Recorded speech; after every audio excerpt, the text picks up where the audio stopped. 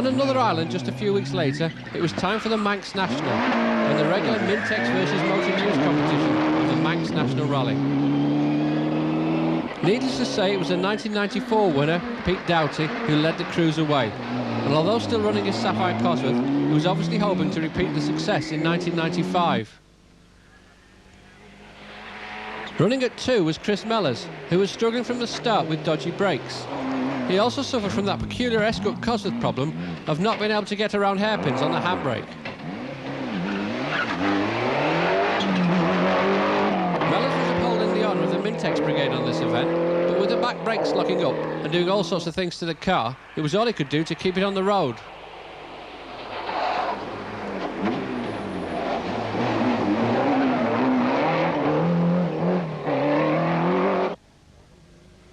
Gary Lees was running as an independent on the event, being a supporter of neither the Mintex nor the Motor News series. He is, however, leading the West Euro Championship, and as such was expected to go well here.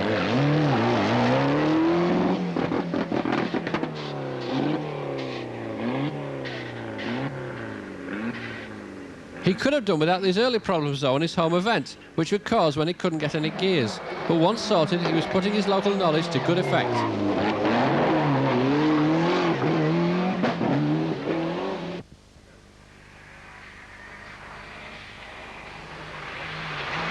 Richard Moore has really got to grips with the Subaru Impreza now. The car is superbly agile and more than a match for the Escort Cosworths. Richard seems to be able to make the most of it as well nowadays.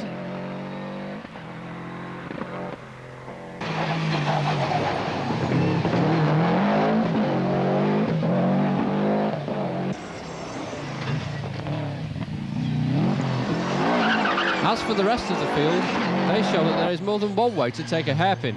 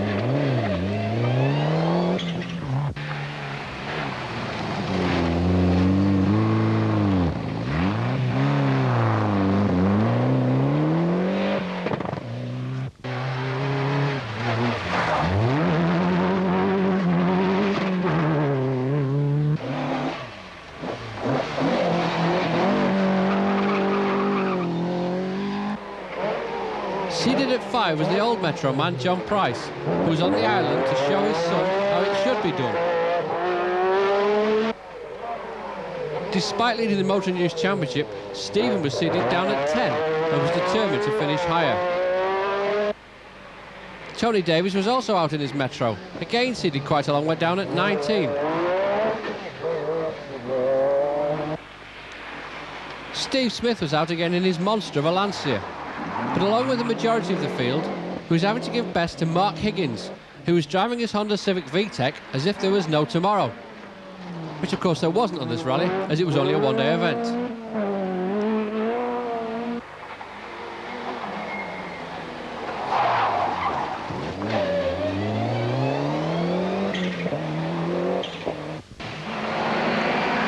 As the rally progressed, Richard Moore was able to set fastest time on more than 50% of the stages, his biggest challenger being Chris Mellors, but it has to be repeated. You can't drive an Escort perfect like this on tarmac.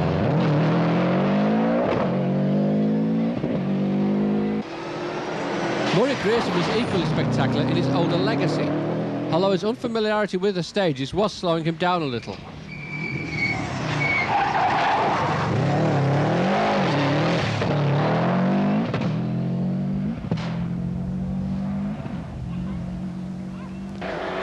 Everybody knows that David Glanders hates tarmac rallying, but in his efforts to win both the Mintex and the Burma Scottish Series this year, he has to do this rally and just hope that he picks up enough points.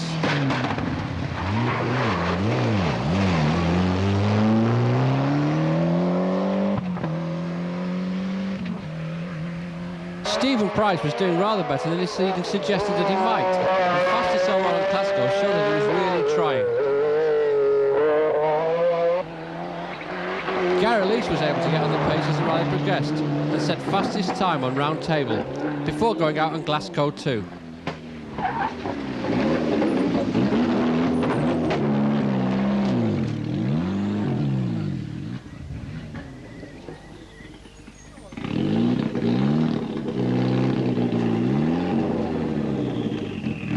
The problem was steering arm failure, as he is able to tell you himself.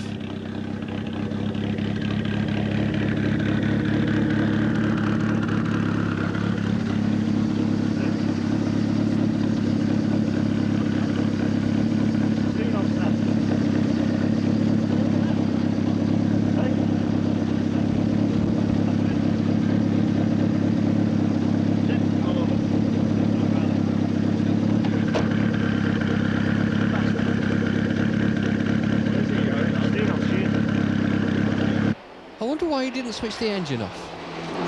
Amongst the usual Mintex runners, Steve Hill was having a good run, lying halfway up the top 10 on an event on which he has quite a lot of experience.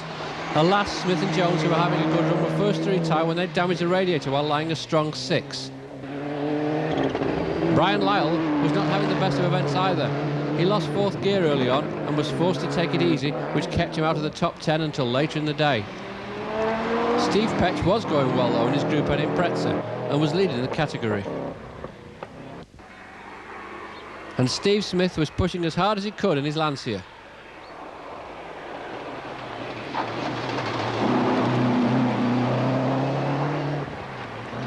Probably pushing harder than anyone though was Mark Higgins in the Honda. And he set an astonishing fastest time overall at Montpellier 2. Even with local knowledge, that's a remarkable achievement by anybody's standards.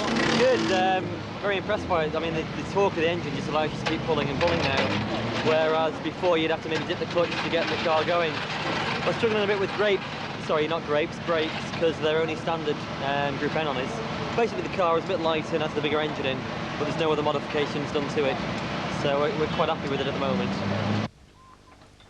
Tony Warsick wasn't as happy as he loaded his Ferrari onto a trailer.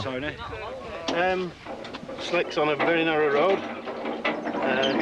Went over a crest, got slightly unsettled and spun right round a couple of times and into a gateway. Fortunately, somebody had been kind enough to knock the gate off for us, and so we didn't do too much damage on that, but it bent the steering rack slightly and we tried to straighten it out and it snapped the end of the rack off as it straightened. So basically no steering, there's nothing we can do with it.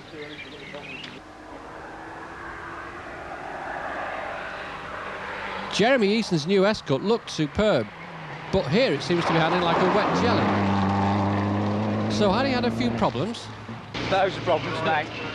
Been off, done a turbo, broke a shock absorber, and had to stop and change a front puncher. So I've just about done it all now.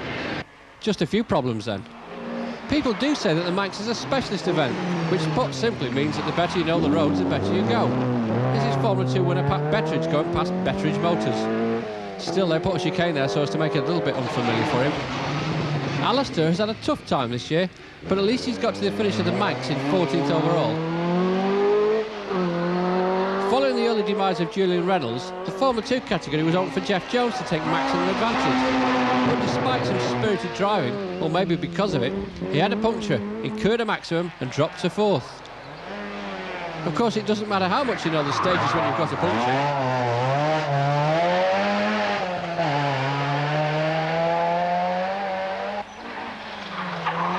And it doesn't help if your brakes are just a little bit biased to the rear, as they appear to be on Martin Meadows' car.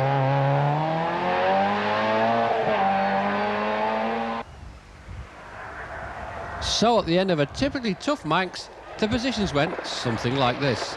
In 10th overall and 5th of the Mintex runners was David Galanders, glad as ever that it was all over.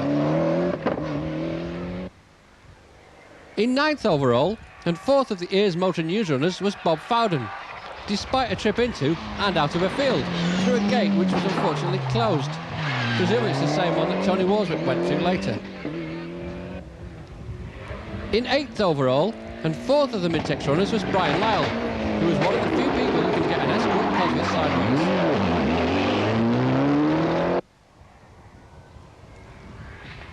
7th overall and 3rd of the Mintex runners was Murray Grayson, another man not totally happy on tarmac, but happy to overtake Galanders in the championship.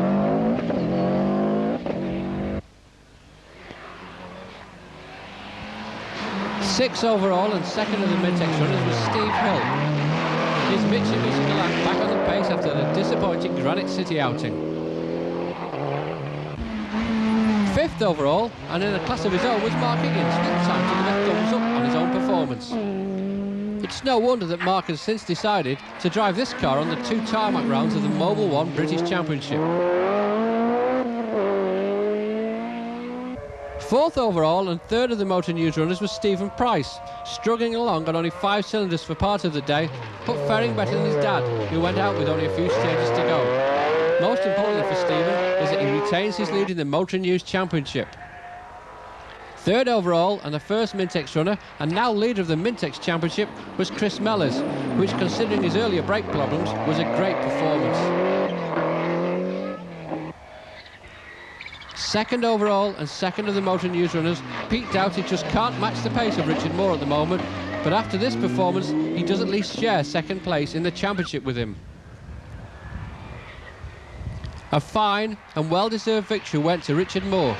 His victory was never really in any doubt on the day that the Motor News boys took on the Mintex boys and took a convincing victory.